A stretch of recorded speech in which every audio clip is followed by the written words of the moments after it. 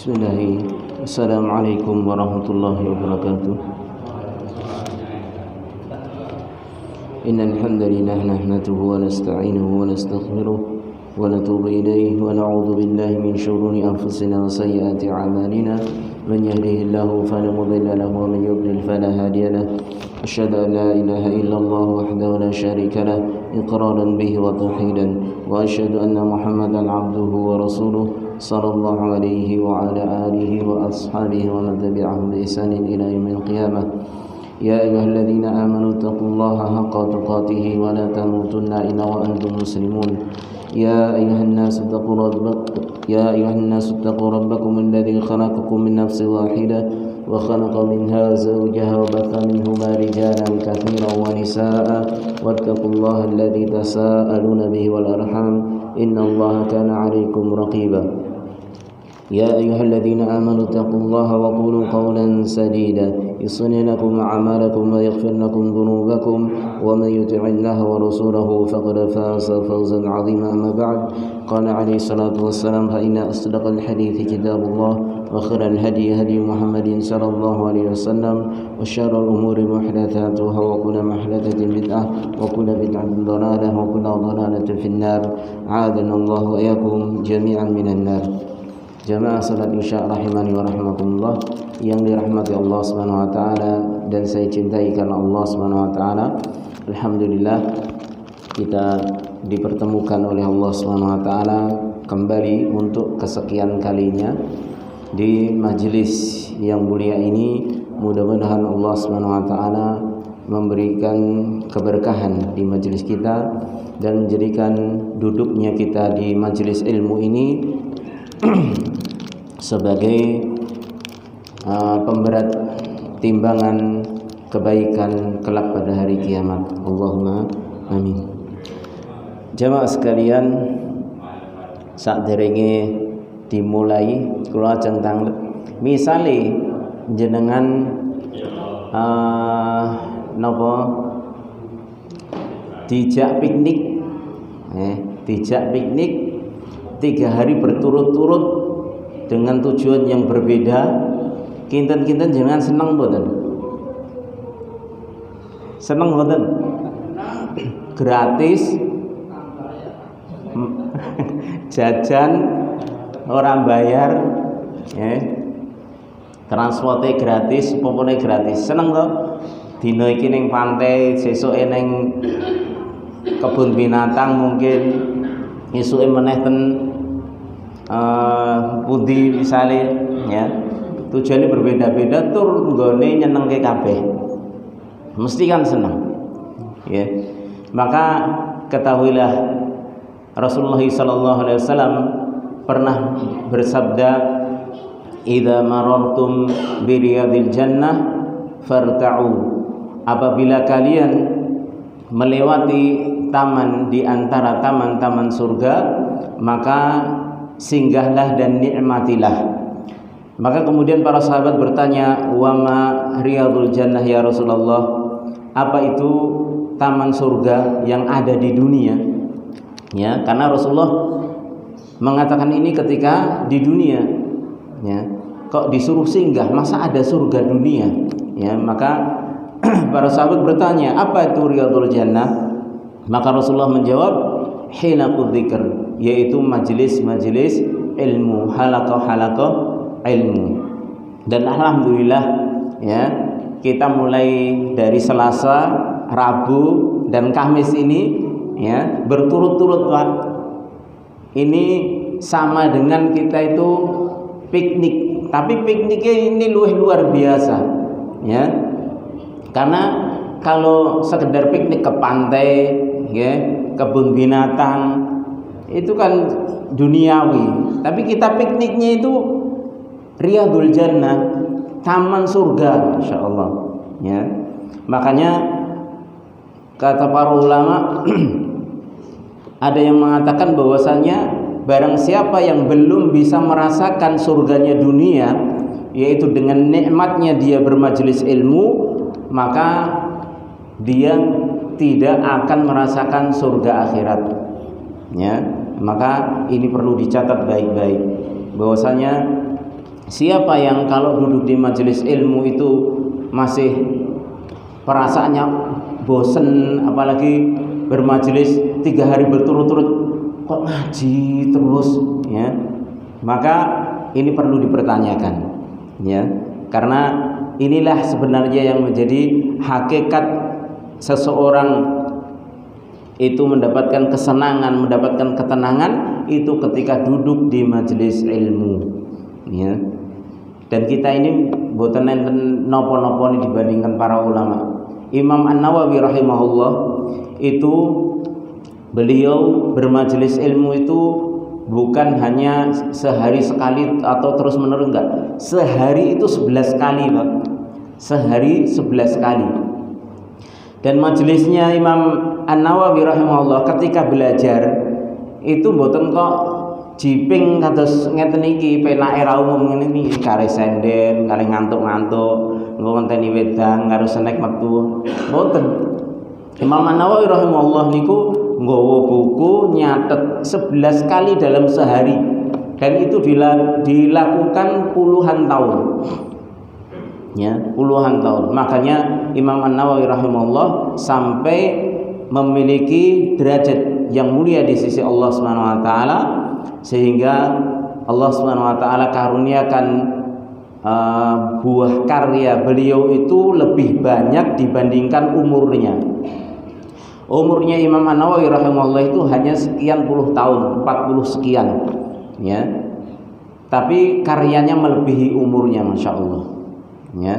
Karyanya melebihi umurnya karena beliau begitu menikmati taman surga yang ada di dunia itu ketika bermajelis ilmu, baik ketika belajar maupun ketika mengajar ya.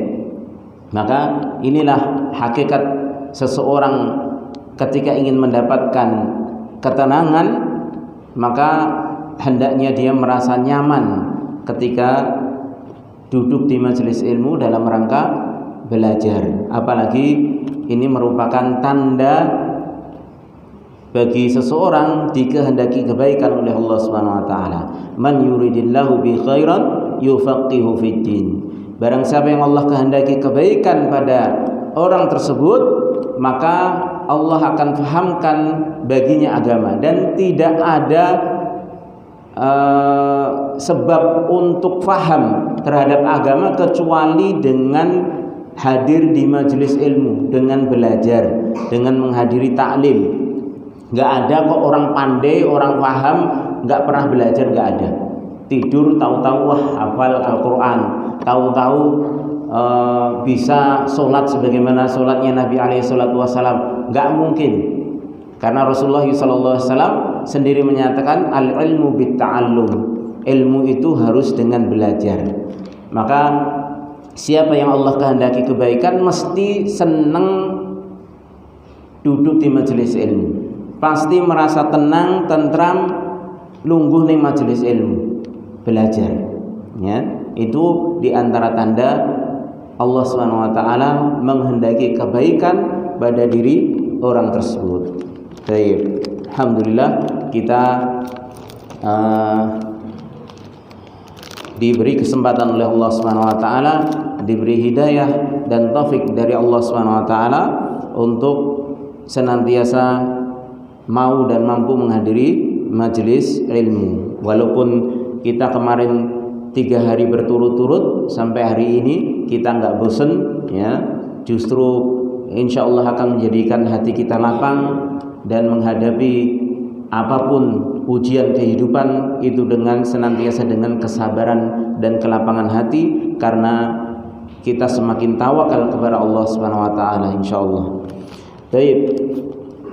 Jamaah sekalian rahimani wa rahimakumullah yang dirahmati Allah Subhanahu wa taala dan saya cintai karena Allah Subhanahu wa taala, kita lanjutkan pelajaran kita, kajian rutin kita setiap Kamis ba'da Isya, masih membahas tentang risalah yaitu Fusulul Adab wa Makarimil Akhlaq Al-Masyru'ah, yaitu macam-macam adab dan akhlak mulia yang disyariatkan. Kita masuk pada perkataan muallif rahimahullahu taala. Qala al-muallif rahimahullahu taala Berkata penulis, semoga Allah merahmati beliau, wala yajuzu an yakhluwa ar-rajulu bimra'atin laysat bimahramin, dan tidak boleh untuk seorang laki-laki dengan perempuan itu berdua-duaan. Ini diantara adab di dalam Islam, yaitu adab dalam pergaulan, di mana syariat Islam tidak membolehkan laki-laki dan perempuan itu berdua-duaan yang itu bukan mahramnya. Li hadits Ibnu Abbas fi sahihain anna Nabiy sallallahu alaihi wasallam khataba la yakhluwanna rajulun bimra'atin illa wa ma'aha dhu mahramin wa la tusafiril mar'atu illa ma'a dhi mahram. Faqala rajulun faqala ya Rasulullah inna imra'ati kharajat hajatan wa inni uqtutibtu fi ghazwati kadza wa kadza. Qala intaliq fahujja ma'a imra'atik. Hadis diriwayatkan oleh Imam Bukhari dan Muslim. Rasulullah sallallahu alaihi wasallam bersabda dalam hadis dari Ibnu Abbas bahwasanya Nabi sallallahu alaihi wasallam pernah satu hari berkhutbah. Beliau mengatakan, la yakhluwanna rajulun bimra'atin, tidak boleh seorang laki-laki berdua-duaan dengan seorang perempuan kecuali bersama perempuan tersebut mahram, yakni ada mahramnya, ada seseorang yang menjadi mahram, bukan muhrim ya. Kalau muhrim itu orang yang ihram, mau umroh atau mau haji itu muhrim. Tapi kalau untuk seseorang yang harus menemani perempuan dalam safar atau ketika ada tamu laki-laki misalnya untuk satu keperluan, itu namanya mahram ya. Jadi jangan salah melafatkan. Semua di Indonesia sudah menjadi satu yang kebiasaan, keliru tapi biasa ya. Maka hendaknya diperbaiki karena beda, artinya beda ya. Baik.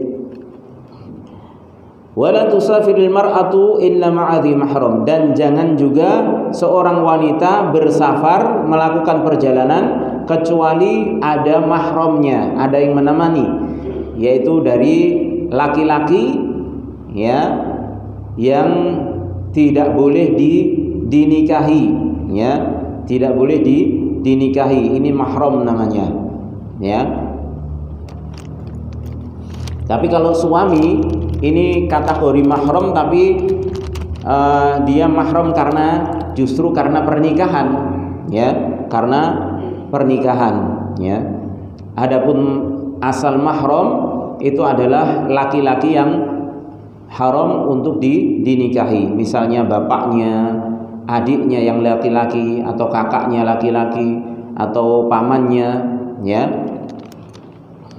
Maka di sini dalam hadis ini Rasulullah SAW melarang seorang laki-laki untuk berdua-duaan saja dengan seorang perempuan tanpa mahram yang menemani wanita tersebut, dan juga tidak boleh seorang wanita safar melakukan perjalanan tanpa mahram. Maka kemudian ada seorang laki-laki, kata Ibnu Abbas, bertanya kepada Rasulullah, ya Rasulullah, sesungguhnya istriku itu ingin keluar berhaji ya, menuju Makkah, dan ini kondisi safar dari Madinah menuju Makkah, dan aku sudah terdaftar mengikuti perang ini dan perang ini. Artinya gak bisa nemani ya. Satu sisi dia sudah daftar ingin jihad ya, satu sisi istrinya ingin safar pergi berhaji. Maka laki-laki ini, sahabat ini bertanya kepada Rasulullah SAW, Lalu bagaimana ini? Padahal seorang wanita bersafar tanpa mahram tidak boleh, kata Rasulullah sallallahu alaihi wasallam. Maka Rasulullah pun menjawab, "Intaliq fahujja ma'amra'atik." Ya, maka pergilah temani istrimu untuk berhaji. Artinya jihadnya dibatalkan. Subhanallah. Ya, jihadnya dibatalkan. Padahal jihad itu perkara yang luar biasa.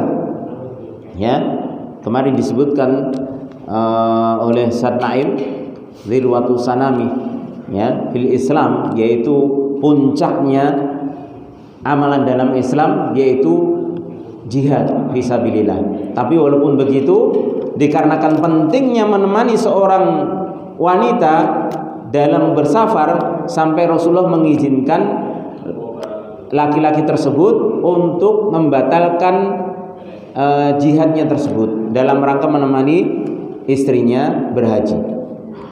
Lihadza qalu la yajuz wa hadza zahirun.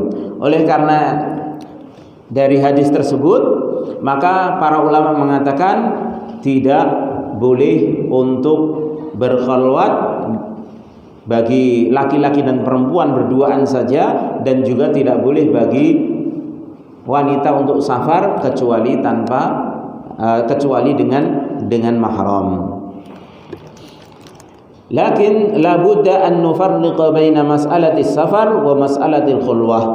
Akan tapi di sini kata Syekh Khalid Al-Musyaiqih, pensyarah kitab ini, seharusnya kita membedakan antara masalah safar, perjalanan, melakukan perjalanan, dan masalah khulwat, yaitu berdua-duaan saja.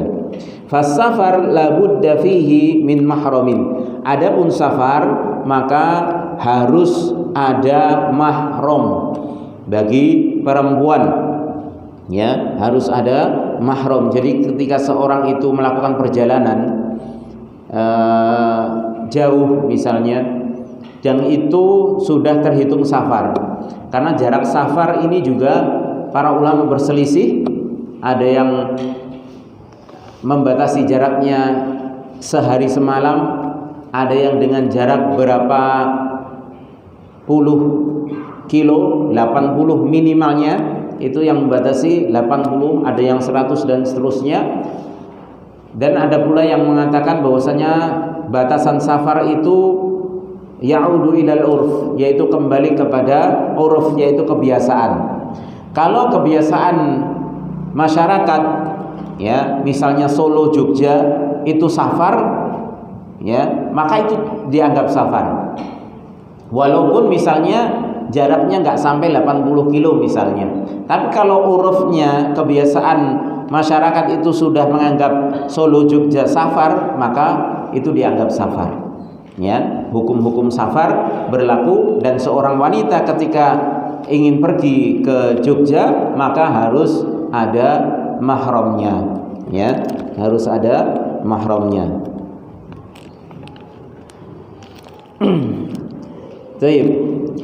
Ammal khulwah fil hadar fala yushtaratul mahram. Adapun khulwah, ya, yaitu berdua-duaan di tempat dia mukim, ya, di tempat dia mukim, fala yushtaratul mahram, ya, tidak disyaratkan mahram, ya, tidak disyaratkan mahram, bal yushtaratu adamul khulwah, akan tapi yang disyaratkan tidak boleh berdua-duaan. Jadi bisa dibedakan. Kalau safar itu syaratnya bagi wanita itu harus ada mahram. Tapi kalau di tempat dia mukim seorang wanita, itu bukan kok dia boleh kholwat asalkan ada mahramnya, itu enggak seperti itu hukumnya. Tapi memang hukumnya dia enggak boleh kholwat. Ya, dia enggak boleh kholwat, hukumnya seperti itu. Ya. Bukan kok kemudian dipahami, oh boleh berduaan karo yange angger dikancani bapake yang-yangan, ya, ora ngono kuwi. Ya, hukum iki tetep ora oleh. Ora oleh khalwat ki mau masalahe, ya.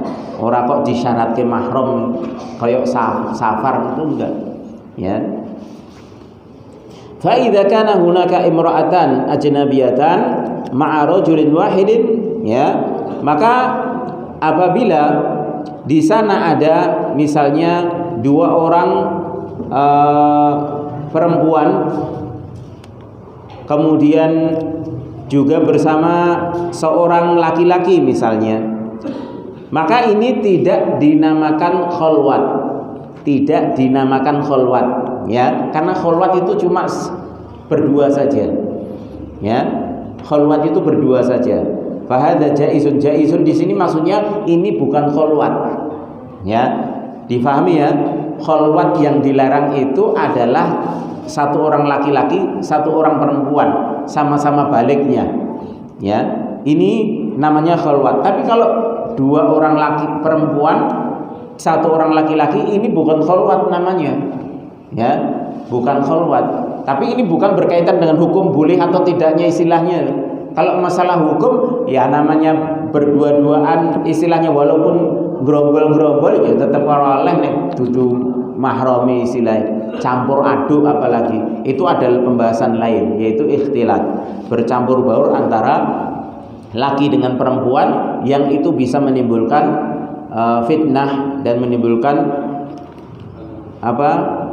terbangkitkannya syahwat, ya. Jadi yang namanya khalwat itu berdua saja antara laki-laki dengan perempuan, ya. Atau misalnya dua orang laki-laki bersama satu orang perempuan, ya, maka ini namanya bukan khalwat, bukan khalwat. Nanti ada hukum lagi sendiri kalau masalah ini, ya. Kalau berduanya itu misalnya kan khalwat nggak boleh, kadang orangnya kan khalwat nggak boleh, ya sudah aku pengen yang-yangan kan sanono, ya, misalnya. Nah ini ngakali, ya. Khalwatnya bener, dia lepas dari khalwat, ya. Tapi kan dia nggak lepas dari larangan selanjutnya, ya, yaitu apa? Campur itu tadi, ikhtilat itu tadi. Karena dalam Islam itu sekali lagi ada kaidah saddud dzara'i, yaitu mencegah sesuatu yang bisa menghantarkan kepada hal yang dilarang, ya. Zina dilarang, maka jalan-jalan menuju zina itu juga dilarang. Khalwatnya dilarang, kemudian ikhtilatnya dilarang. Itu kan jalan-jalan yang menuju kepada perzinaan, ya.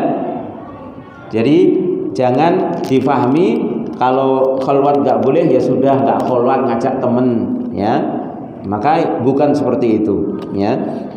Jadi ini pembahasannya adalah makna khalwat itu adalah satu lawan satu, ya, satu lawan satu, ya.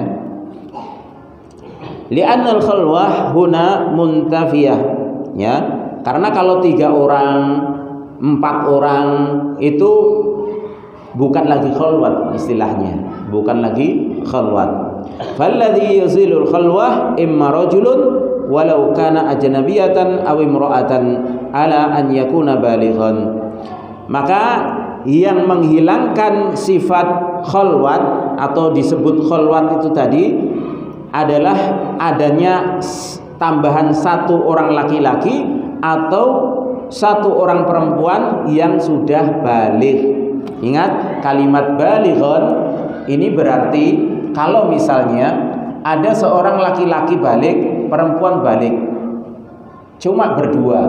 Kemudian sang laki-laki ini ngajak adiknya yang masih kelas 5 SD misalnya, ya, maka ini masih dianggap khalwat enggak?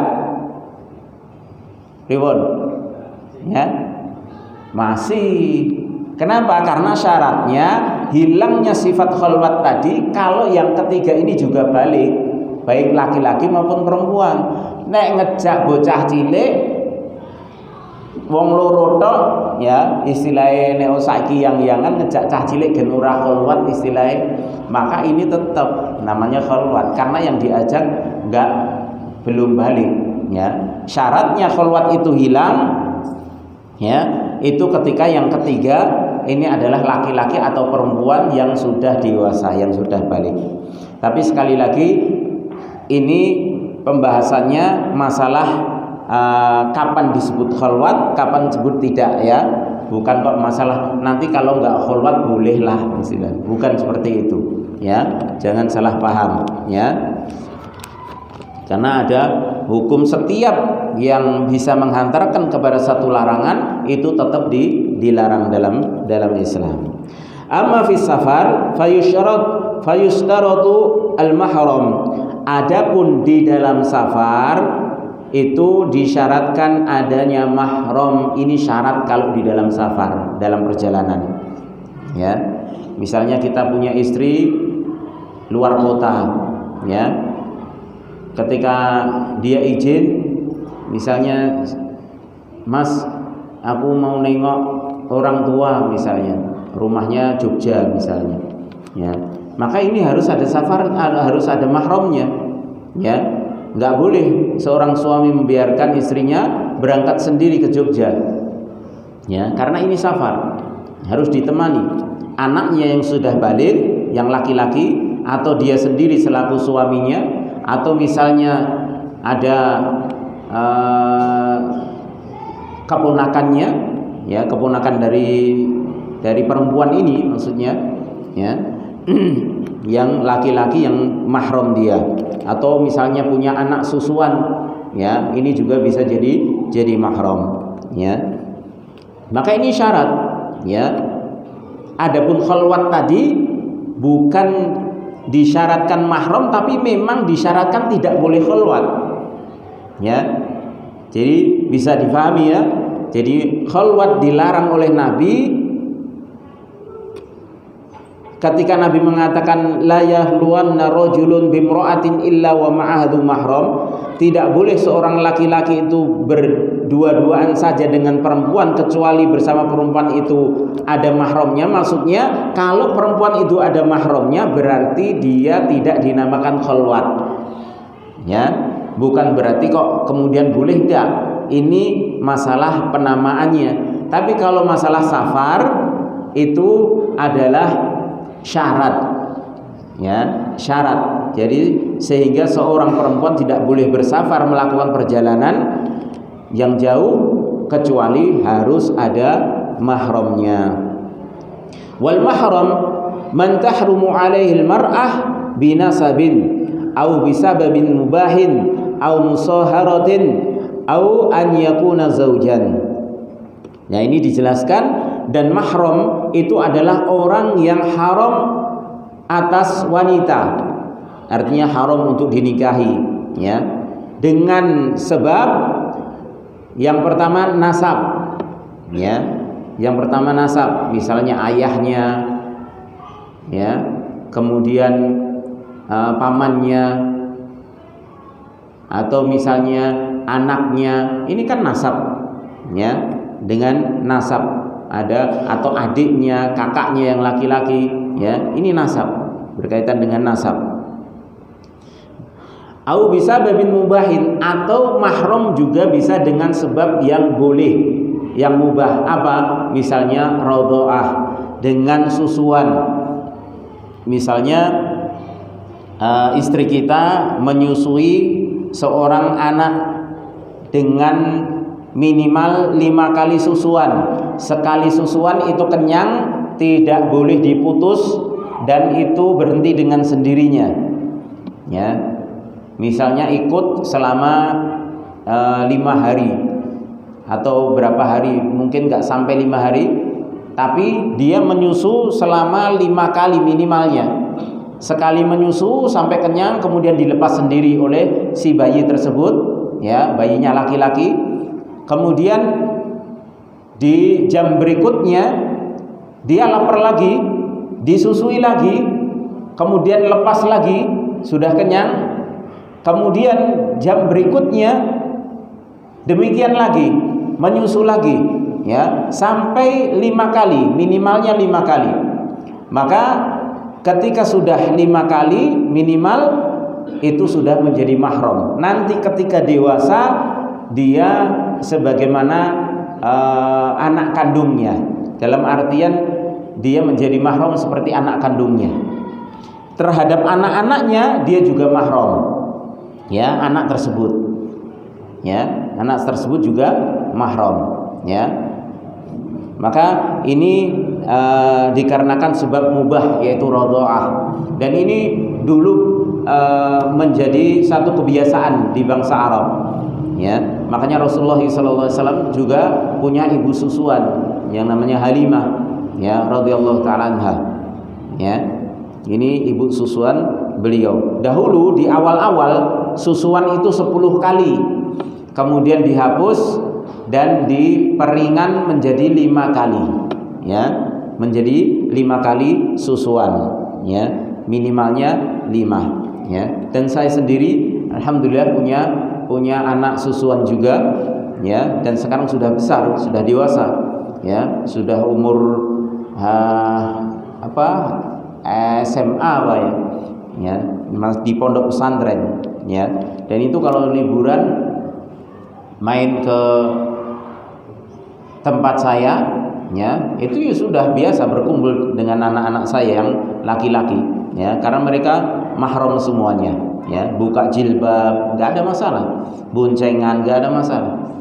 Jadi ibaratnya anak saya 11, yang satu anak susuan, ya. Baik. Ini dengan sebab mubah. Au musahharah, atau dengan sebab musahharah. Musahharah ini adalah sebab pernikahan, ya, sebab pernikahan atau perkawinan. Misalnya kita nikah dengan istri kita, mertua kita yang perempuan ini sudah menjadi mahram kita, nggak boleh kita nikahi. Ini mahram abadi, mahram abadi. Artinya apa?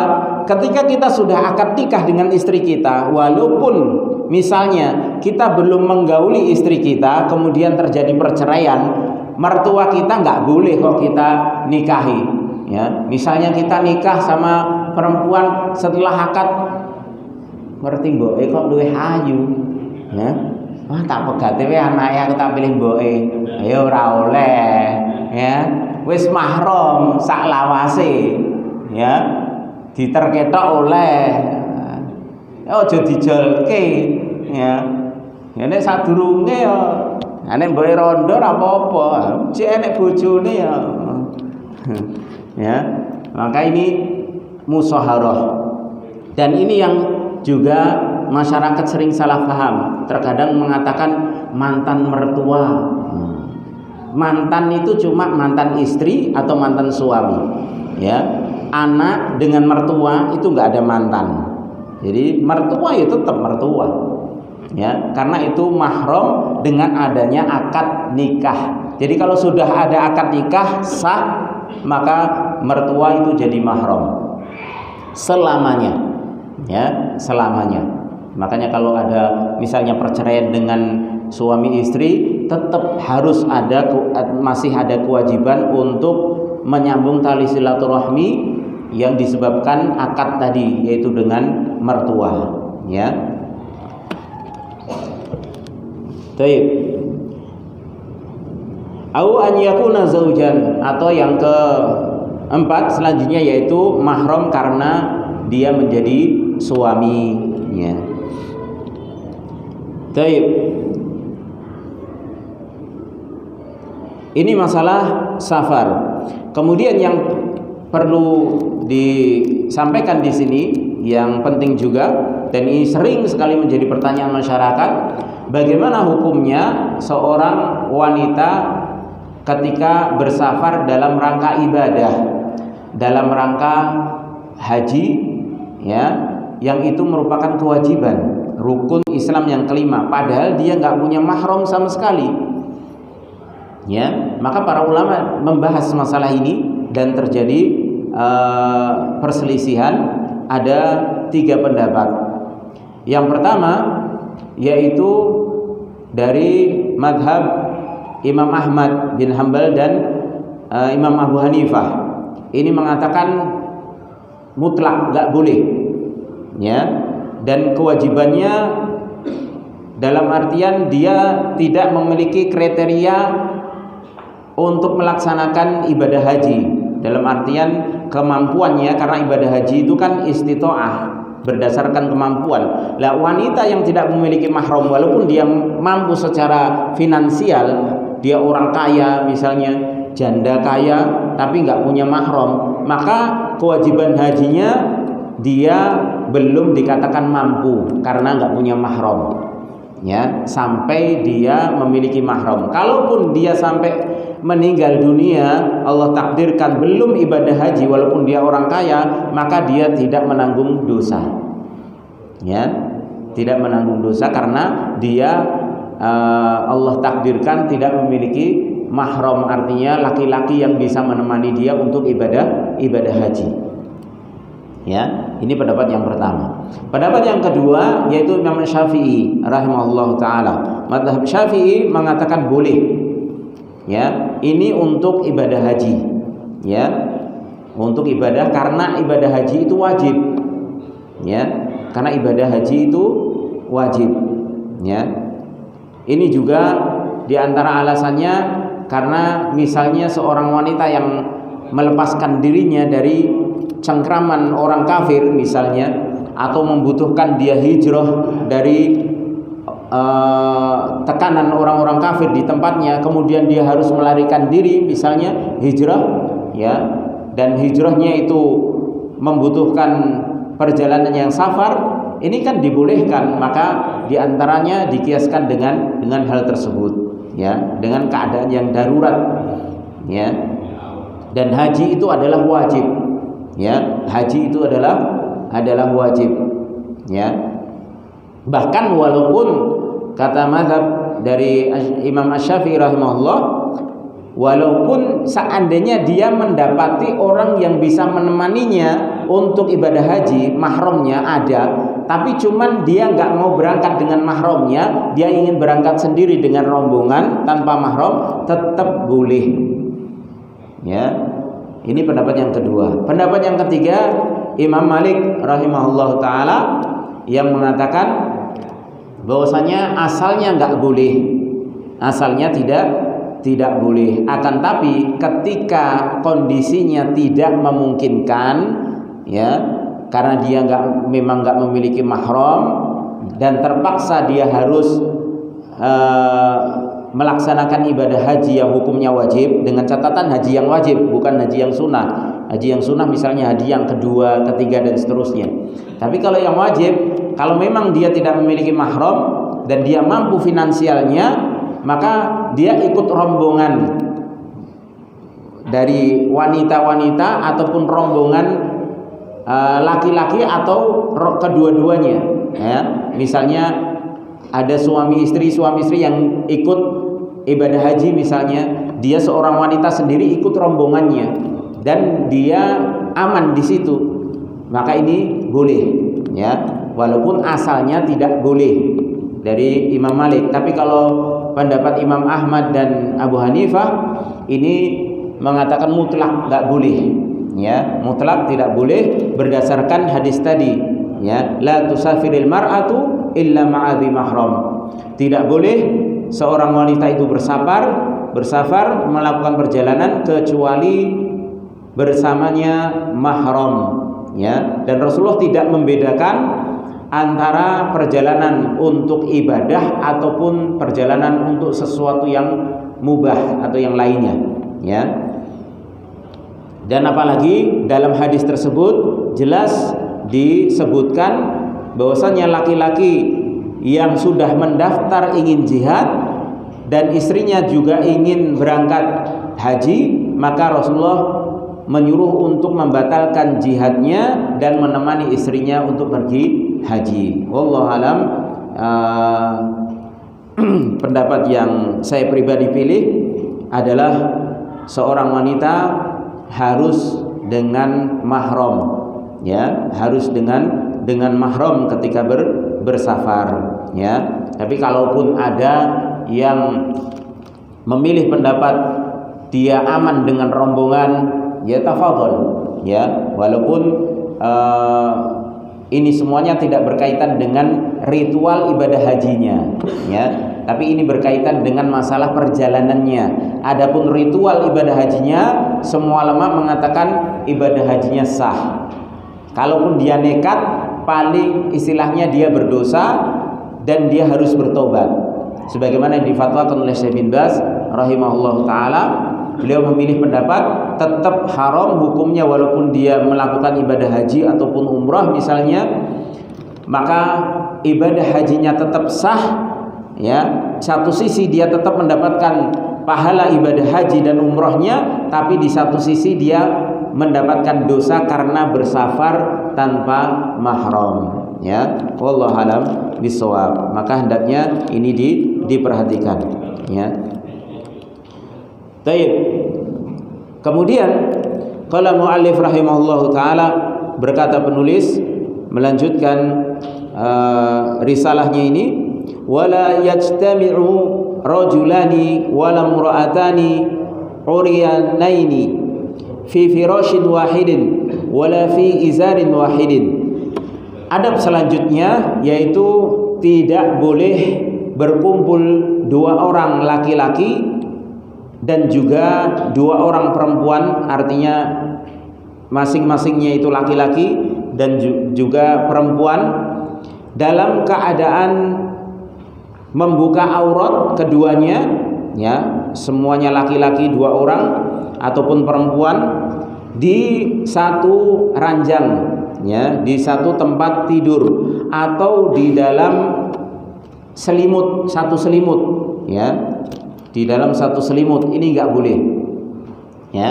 Jadi kalau walaupun itu sama-sama laki-laki, kemudian kok tidur bareng tapi satu selimut, ini nggak boleh, ya. Apalagi kalau sampai membuka aurat, ya, dengan celana pendek semuanya misalnya, walaupun laki-laki semuanya, ini tidak diperbolehkan. Dan juga walaupun itu perempuan semuanya, maka ini tidak diperbolehkan tidur dalam satu selimut, ya. Ai idza kana ar-rajulani uryanaini aw kanatim al-mar'atani uryanataini fa innahuma la yakunani fi firashin wahidin. Yaitu dua orang laki-laki yang membuka aurat atau dua orang perempuan yang membuka aurat, sesungguhnya keduanya tidak boleh dalam satu ranjang, ya, tidak boleh dalam satu ranjang ketika tidur, ya, apalagi dalam satu selimut. Li'annahu idza kana fi firashin wahidin la yu'manu minan nadhar ila auratil akhar. Karena apabila keduanya itu di satu ranjang dalam keadaan membuka aurat, karena maka itu tidaklah aman dari melihat aurat satu sama lain, ya. Jadi tidak bolehnya itu ketika auratnya terbuka, ya. Tapi kalau hanya sekedar duduk biasa, ya, di atas ranjang berdua, itu biasa. Tapi kalau dalam kondisi tidur, ya, membuka auratnya kemudian berduaan, apalagi dengan satu selimut, karena sekarang kan lagi ngetren selimutnya satu saamben selimutnya ombo, ya, wong limo iso langsung selimutan bareng, ya. Maka ini nggak boleh, ya. Ini tidak diperbolehkan dalam Islam, karena ini juga bisa menimbulkan fitnah, ya. Penyimpangan yang terjadi antara sesama jenis itu diawali dengan hal-hal semacam ini, ya. Adanya LGBT itu juga semacam ini, karena menganggap biasa, ya, tidur satu selimut, keduanya telanjang misalnya, karena merasa wis lanang padha lanang kowe, ya. Bukankah umat terdahulu yang pernah Allah azab dengan azab yang syadid, yang keras, ya, yaitu kaumnya Nabi Lut, ya, itu juga disebabkan karena penyimpangan seperti ini, yaitu laki-laki dengan laki-laki, ya, perempuan dengan perempuan, ya. itu awalnya juga mereka itu nggak ada niat seperti itu, karena awalnya itu mereka itu cuman istilahnya coba-coba, ya, coba-coba. Tapi ya awalnya merasa jijik, tapi kok lama-kelamaan syaitan itu yang memberikan kenikmatan semu, ya. Akhirnya kok lebih enak ya katimbang ngene bojone. Akhirnya ya dadi, ya, pertama kali terjadi di dunia yaitu kaumnya Nabi Lut, ya, yaitu perbuatan keji, menyukai sesama jenis. Itu awal pertama kali itu terjadi pada kaumnya Nabi Lut, dan itu ancamannya Masya Allah keras sekali. Itu sampai dalam riwayat hadis itu Ibnu Abbas menceritakan itu, yaitu malaikat Jibril itu mencukil dengan satu sayapnya, padahal malaikat Jibril alaihissalam itu malaikat yang paling kuat dan memiliki 600 sayap. Itu tempatnya, kotanya Nabi Lut, kaum Sodom, itu dicungkil dengan ujung sayapnya malaikat Jibril, itu langsung dinaikkan sampai ke langit pertama, ya, sampai dikatakan teriakannya itu terdengar oleh penduduk langit pertama, ya. Kemudian sudah sampai atas, dibalik, yang bawah ditaruh atas, yang atas ditaruh bawah, dibalik. Kemudian setelah itu dijatuhkan, belum sampai situ kemudian dilempari dengan batu dari atas. Itu hukuman yang Allah berikan kepada kaum Sodom pertama kali di dunia, dan itu menjadi pelajaran seharusnya bagi kita, ya. Maka jangan sampai kita mengatakan, oh ora mungkin wong Nabi Muhammad SAW wis pernah ndonga aja diadab umatku kabeh. Iya bener, Nabi SAW pernah mengatakan, meminta kepada Allah agar jangan mengadab umatnya seluruhnya sebagaimana umat-umat Nabi terdahulu.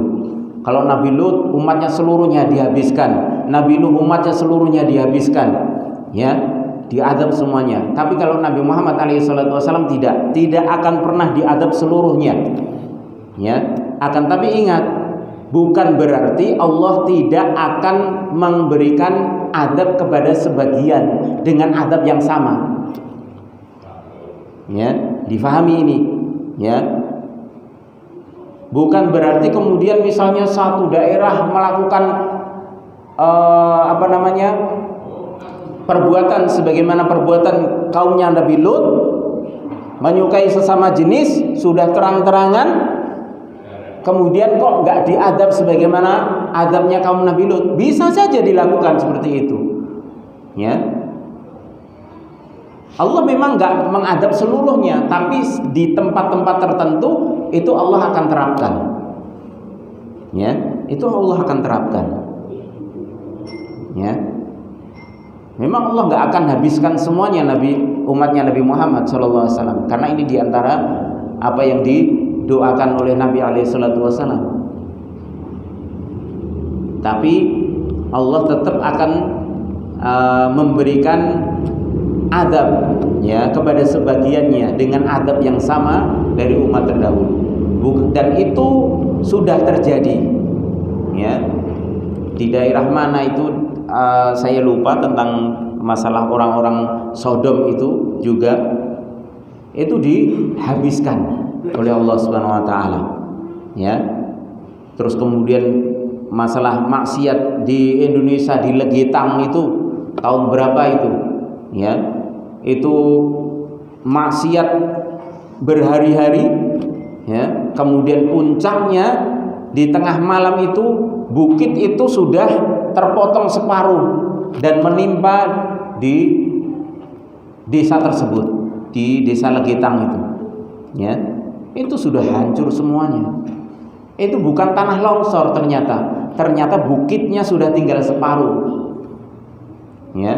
dan itu didengar oleh tetangga desa dengan suara dentuman yang luar biasa, ya, dan itu dikira tanah longsor biasa, ya, dan itu memang pas waktu itu hujan, ya, tapi ternyata bukit di sebelah itu sudah tinggal separuh, yang separuh sudah diangkat oleh Allah Subhanahu wa taala dan ditimpakan kepada penduduk tersebut yang bermaksiat, ya, minum khamr, zina terang-terangan, dan itu berhari-hari di situ, beberapa hari ngedur, ya, orang ngedur kajian, ngedur maksiat, ya, maka jangan pernah aman dari siksaan Allah Subhanahu wa taala, ya.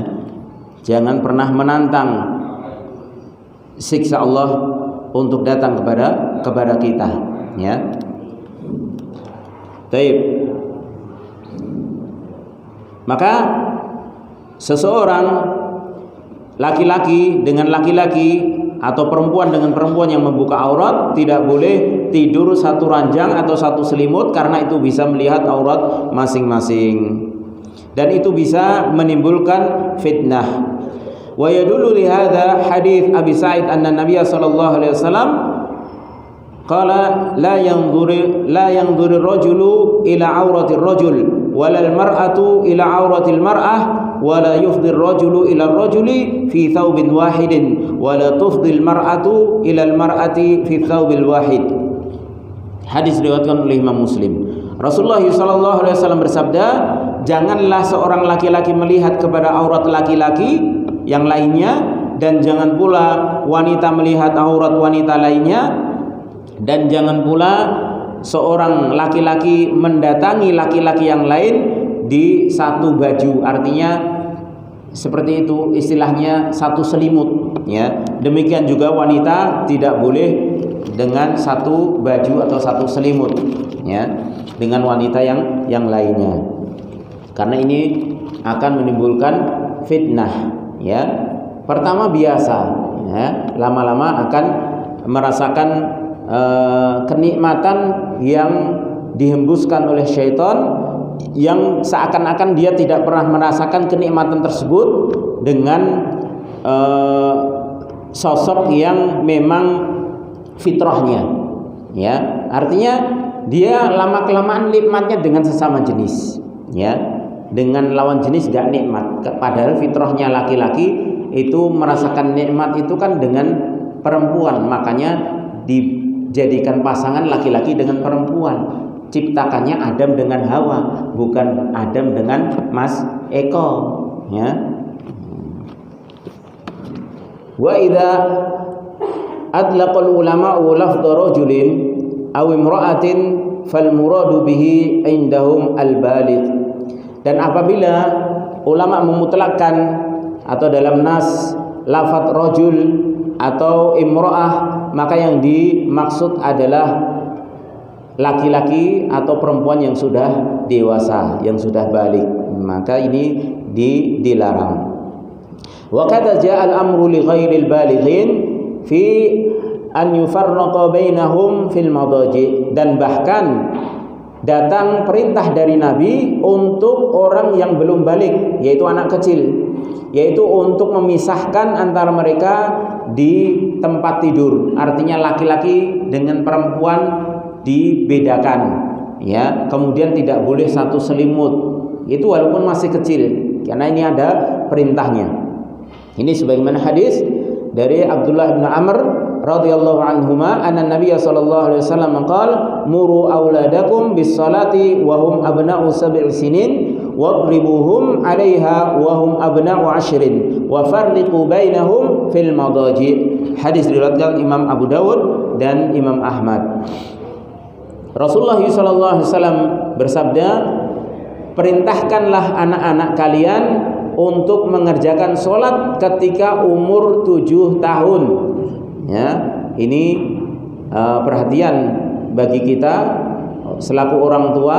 Kalau ingin anak kita itu soleh, solehah, maka mulai umur 7 tahun itu sudah diperintahkan untuk sholat. Berarti sebelum 7 tahun itu sudah diajari, sudah punya kisi-kisi gambaran sholat itu bagaimana. Kenapa? Karena Rasulullah mengatakan muru, perintahkan anakmu sholat 7 tahun. Berarti kan sebelum 7 tahun sudah ada gambaran anak tersebut untuk melakukan sholat. Baru setelah 7 tahun diperintahkan untuk melaksanakannya. Masa diperintahkan umur 7 tahun sholat padahal belum diajari? Ya nggak mungkin. Orang kalau merintah sesuatu berarti sesuatu tersebut sudah digambarkan, sudah diajarkan sebelumnya.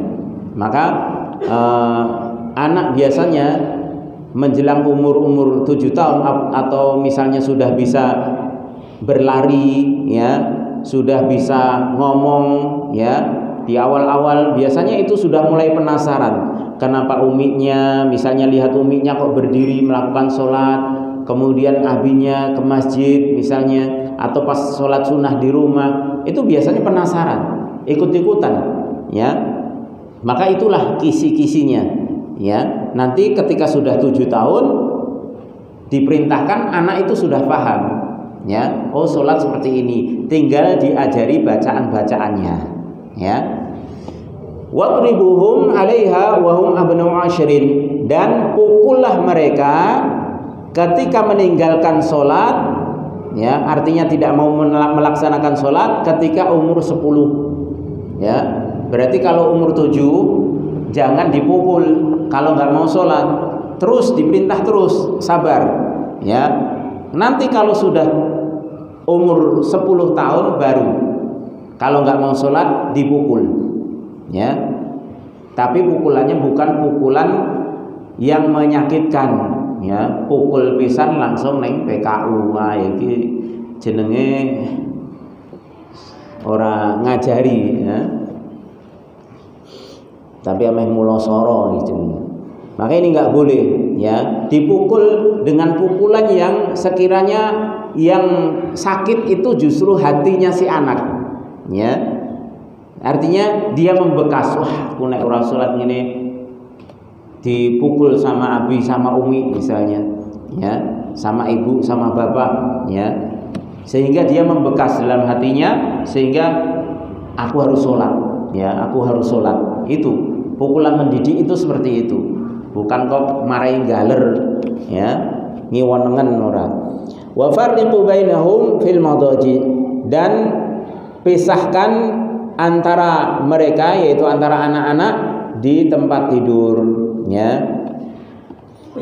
Minimal kata para ulama, ketika seorang itu tidak memiliki rumah yang luas tapi anaknya banyak, minimalnya ketika di kamar jangan sampai satu selimut, ya, dikasih selimut sendiri-sendiri, ya, walaupun duduknya tidurnya satu ranjang, ya, ini nggak mengapa, tapi jangan sampai satu selimut, ya, jangan sampai satu selimut, dan dibiasakan bergaul sesama, istilahnya sesuai dengan fitrahnya. Laki-laki juga sebagai laki-laki, perempuan juga perempuan. Termasuk biasanya mainan-mainan ini juga harus diarahkan, karena itu anak akan membentuk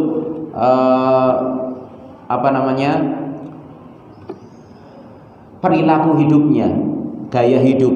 Kalau anak laki-laki sukanya boneka, ya, mainnya sama mbak terus istilahnya, yo ini nanti dikhawatirkan bisa jadi, ya, dengan sebab ini menyimpang, ya, perilakunya, ya. Tapi diarahkan. Oh, laki-laki itu mainannya mobil, ya, kemudian istilahnya kalau keluar yo jangan istilahnya diprotek terus, harus di rumah terus, ya kuwi kaya wong wedok kok, ya. Ya sekali keluar sama temannya, ya, istilahnya sok gelut karo kancane, ya biasa lah, ya, biasa, ya. Selama tidak keterlaluan itu biasa. Anak-anak berkelahi itu biasa, ya. Cuma istimewanya anak-anak itu kalau berkelahi, sekarang berkelahi, nanti sudah lewat jamnya itu sudah main bareng lagi, ya. Beda dengan orang tua. Orang tua sekarang berkelahi, sampai mati go, ya. Maka ini juga harusnya menjadi ibrah bagi kita. Kalau kita ada suatu perselisihan dengan saudara kita sama muslim, jangan sampai dibawa mati, ya. Kayak anak kecil itu loh, ya, padu ya padu, tapi nek wis ya wis barengan nek, ya, saling memaafkan, ya. Toh nanti kalau masing-masingnya ketemu di surga piye? Ya. Apa raisin, ya. Oh, besing dendam wis digowo nganti mati, bae mlebu surga kabeh, ya. Dadi tanggane. Nah. Baik, maka hendaknya mudah memaafkan. Baik.